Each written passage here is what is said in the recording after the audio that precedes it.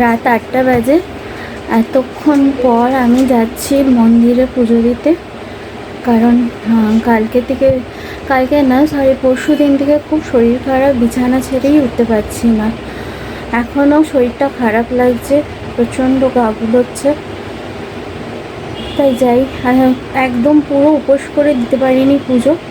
ওই দুপুরবেলা একটু সাবু খেয়ে পুজো দিয়েছি, কথা বলতে পারছি না, হাঁপিয়ে যাচ্ছি।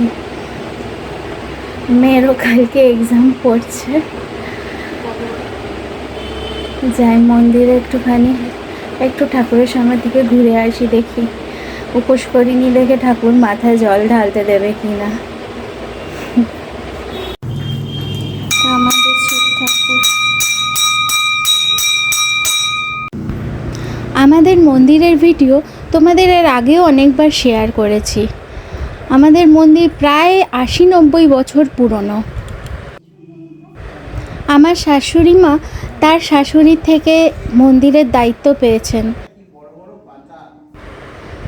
আমাকেও শাশুড়ির অবর্তমানে এই মন্দিরের দায়িত্ব নিতে হবে। জানি না কতটা কি পারবো।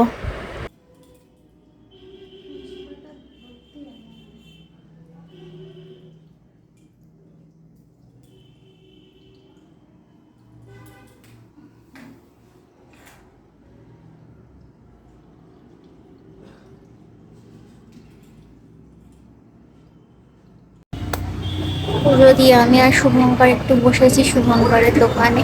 না, এটা আমাদের সাইকেলের দোকান।